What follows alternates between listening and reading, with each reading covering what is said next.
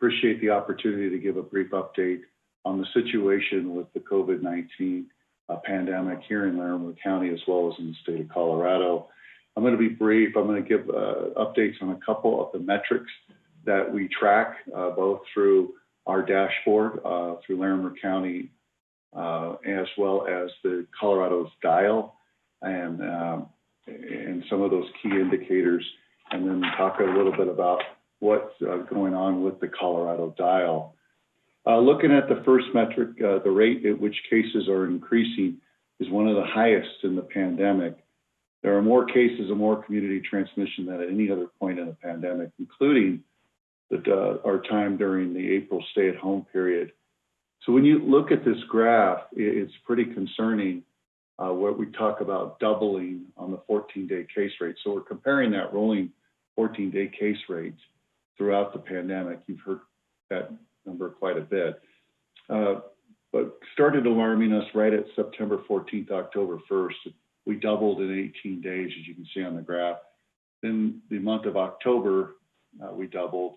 And then, shockingly, October 31st to November 12th, we doubled in 13 days. And you can see it continues to go up, and again, at a rate that's fairly alarming. Now, I want to talk a little bit about what we call the stay-at-home index. This is a tool we've been using the last few weeks to really help us determine if our targeted protective measures are working.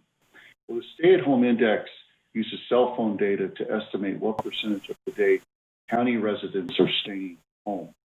The stay-at-home index uses the amount of time spent outside the house January, February of 2020 as the baseline, compares that to the current activity. The closer the stay-at-home index is to 1, the more residents are staying home. For example, if the median time spent outside the house was 10 hours prior to COVID, and now the median time was only 1 hour outside the house, then the stay-at-home index would be 0.9. So we look at this back in our stay-at-home order, we were, as a county, at about 0.85.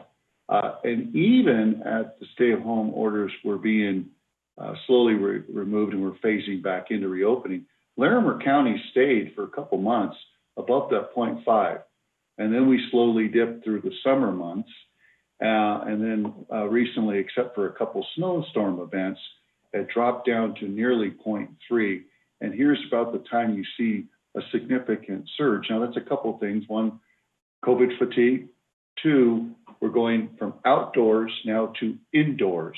And we know the studies show that the vehicle, the respiratory droplets that carry the virus, is transmitted about 18 to 20 times more indoors. And especially when it's colder air and drier air, the respiratory droplets will stay airborne longer and spread further. So what we're really looking at now is how do we get ourselves as a community back to at least 0.75 now with the alarming rates, and we'll talk more about hospitalizations. It's really all of us, every resident in Larimer County, staying home more, limiting our trips, visiting our businesses, of course, but limiting ourselves, and absolutely no other household within our private residence. 40% of our spread is from household to household spread. 50% right now currently is what we call community-wide transmission. We can't determine where the spread is because of how high the spread is right now. So really we're sending a shout out that we need to get back to right when we were kind of leaving the stay-at-home orders at 0.75. We think we could really make a dent in the transmission, thus reducing the amount of hospitalizations. Now, here's just another graph our population epidemiologist put together for us, comparing Weld, Boulder, and us, just our neighbors. Purple is Weld County. Green, of course, is Larimer, and then Boulder. We pretty much stayed pretty course. Weld dipped down quite a bit right here. The only time we really exceeded Boulder was during that snow event. We got a lot more snow than Boulder did. And then all 3 of us peaked up at the recent snowstorm. We are going up. That's a good trend. And we're going to be monitoring this weekly. And we really want to see us get back up to that 0.7, 0.75 area. I think that could really, really make an impact on the virus transmission. here's where the concern is really lying, and it's looking at our COVID hospitalizations. We are not showing the full year to date, but you'll remember back in March and April, we had anywhere from 60 to 65 patients within our Larimer County hospitals, and that's Poudre Health as well as UC Health in our three major hospitals. Now, Banner has opened the Harmony Fort Collins Hospital also to treat COVID, so they have patients in there as well. And so it's our main four hospitals, which is Poudre, Medical Center of the Rockies, McKee, and then Banner, Fort Collins on Harmony. But today, we have 105 people being treated in our hospitals. When we wrote our suppression plan back in May with our hospitals, we thought the doom and gloom day would be 65. So we're far exceeded that. And every day we're adding more people to the hospital in the last 2 weeks. And the alarming rate here is UC Health has seen a 40% increase just in 1 week in hospitalizations. And what they reported to the Board of County Commissioners this morning, it's that they're doubling up the beds. They're able to do their surge. Our hospitals are amazing. They don't have the staff to care the bed. So now when a basic emergency, a heart attack or a car accident, they're going in the hospital. Now they can provide service, but it's not at the level of care that they had a month ago. And they're concerned if trends keep going. By the middle of December, they won't have the healthcare worker there to treat that person, whether it's COVID-19 or another medical issue. So that's where the alarming concern is right now. It's not as far as the case counts, it's the hospitalizations and the impact to our healthcare workers. On the right side, you do see the Colorado COVID dial. There was an additional level created. There's a new red, and now there's a purple. We have been in that red category for now about 18 days, where we're over 900 per 100,000. You recall back when in July, when we got the letter that our variants may be revoked by the state health department, we were at 75 per 100,000. So we're far exceeded that. And one area that's really concerned me is our percent positivity. We were really doing very, very well in Larimer County, well under 5%. We've jumped up to 12.3% of positivity. So that's a concern. And I will add, I was at Colorado State University's Vet Diagnostics Lab about a week and a half ago with President McConnell and the team looking at the extraordinary work they're doing because they're doing all the PCR for our community-wide testing now. They were able to tell me that their cycle loads, that's how many times they run the cycle to amplify the RNA. When they first were getting our samples 6 weeks ago, it was 25 to 30 times. That's about common to determine if someone's positive, if the RNA of that virus is there. Now it's 15 to 20, meaning the viral load is way higher, and they don't even have to amplify it near as much, meaning that the person itself is highly more infected and highly more contagious. So that's something else that's really concerning that we're hearing from our Colorado State University Diagnostics Lab.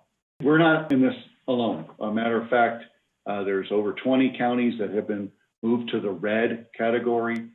Many counties are really, really struggling with hospitalizations and percent positivity. In fact, our numbers, if I show them to you, are better than others in many cases. So this is a statewide issue. It's a national issue. So I just wanted to show this graph, put it in perspective, the amount of counties that are turning from yellow, orange to red rather quickly through the COVID dial.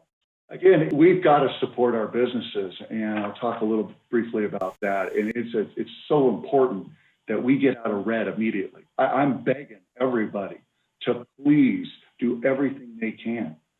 This asymptomatic spread is for real. And now we're seeing hospitalizations for those that do show symptoms. We have a 26-year-old in the hospital on a ventilator. It impacts everybody differently, but it does definitely impact our elderly and those that have diabetes, obesity, lung disease. We've talked a lot about that, more of that comorbidity. So certainly we've got a campaign going on, and Darren has been a fantastic partner and his staff working with RPIO, Katie O'Donnell, Loveland, Estes Park, Berthoud, Wellington, you name it, all to come out with COVID-19 prevention starts at home. We're really putting the push that you need to stay at home as much as possible. all of our industry, if your staff can work at home, let's have them work at home remotely. Let's keep people home as much as possible. And we cannot mix different households. You can only stay with your household. The Gonzales Thanksgiving, it's just my wife and my two boys, and we're going to have a blast. And we can't see grandma and grandpa. We can't see our neighbor. We're just going to stay with our household. And this is tough. We shed some tears the other day because my kids wanted to have at least one family in our bubble. We can't do that. We got to get our cases down, and we got to get them down quick. And we've got to get that percent positivity back down to 5. I don't want to be in red. We want to get out of red, get to orange and yellow as quick as possible, and get our businesses back open to the capacity they have been enjoying since we received our variants back in May. But what happened is on Friday, the state health department said, we got to move you to red, Tom. You're out of compliance. So we held an emergency Board of Health meeting Friday morning. And after hearing the state's concerns about community spread in our area, as well as listening to our Larimer County hospital systems, both Kevin Unger and Margot Karsten from UC Health and Banner, about the serious challenges they're facing in their hospitalization, the Larimer County Board of Health voted to support the state's move and desire that our community transition to level red. I'm going to tell you, the Board of Health decision to support the state and hospital systems did not come lightly. Following a 90-minute deliberative conversation, including careful review of all the data I just showed you, there was a discussion that was to move to the red. Lastly, I just say the Board of Health, I could see it in their expression and their conversation that we've got to do everything to get out of red. And also, we're asking all our state elected officials and our federal officials to provide relief for our businesses. We have got to do something, and for these businesses, we are hearing the special session. I had a conversation with Senator Schnall today that November 30th through December 2nd, there will be hopefully some funding available for businesses in level red that have been impacted by these protective restrictions. So we're hopeful to get a draft of that bill and conversations with our state legislators as soon as possible. But all and any support we need for these businesses. But bottom line, it's all us. So we've got to make these protective measures at least over the next 2 to 3 weeks to get these numbers down immediately so we can get out of the red.